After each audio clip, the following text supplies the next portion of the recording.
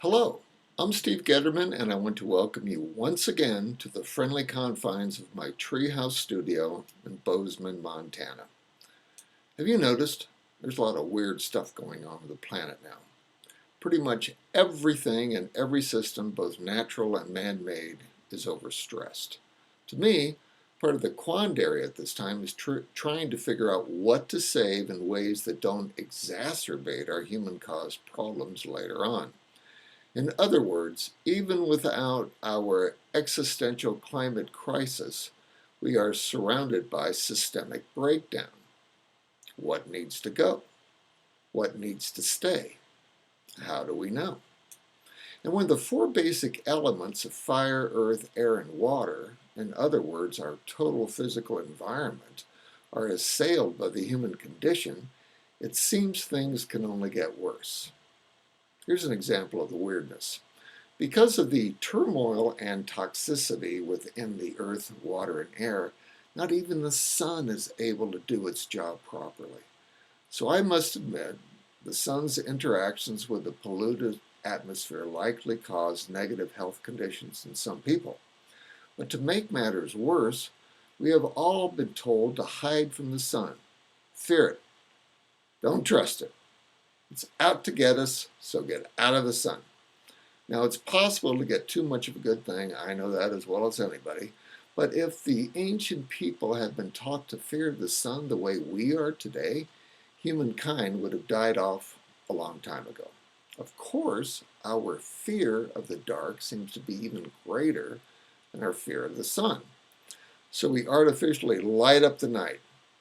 If we are afraid of both the sun and the night, what does that leave us? Everything seems to be backwards. Or in the Lakota way, everything is heyoka, or contrary. For the Lakota, heyoka is a person who does things backwards, a person who is a sacred clown. But when everything becomes heyoka, in other words, hinky, heyoka ceases to exist and there's only confusion. When I was really young, I enjoyed vampire movies. Probably still do. I still think Christopher Lee was the best Count Dracula ever, the bedeviled master of all that is evil. Unlike us, he had good reason to be afraid of the sun.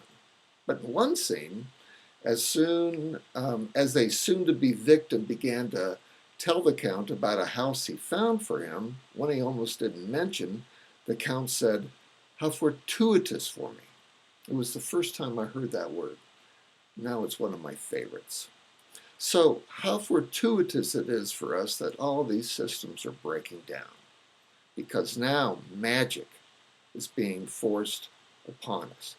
We are being forced out of our pseudo-comfort zones and forced into becoming the magician, the alchemist, the mystic, the creator, creatrix, or as I like to say, the imaginator, imaginatrix, simply because there is little other support and really no other option if humankind is to make the jump to Homo universalis, the universal human. Magic, like the sun, was once an inherent part of the human condition. It was not questioned, it was not feared, it was nurtured, sought, revered, and most importantly, properly used. How fortuitous for us now, then in addition to any increase in knowledge and abilities we get, without the wisdom of magic and proper proportion, we will likely continue to stumble into pre-Promethean darkness. So of course, this time of turmoil is really about reversing ourselves back into balance. It's about putting the hey back into heyoka.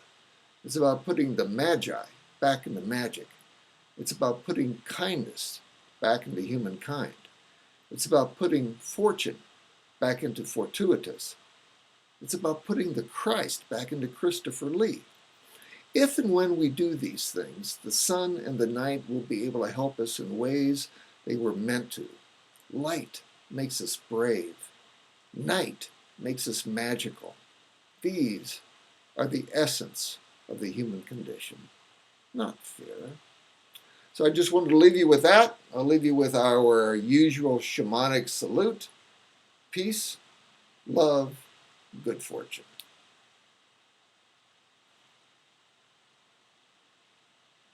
Bye-bye.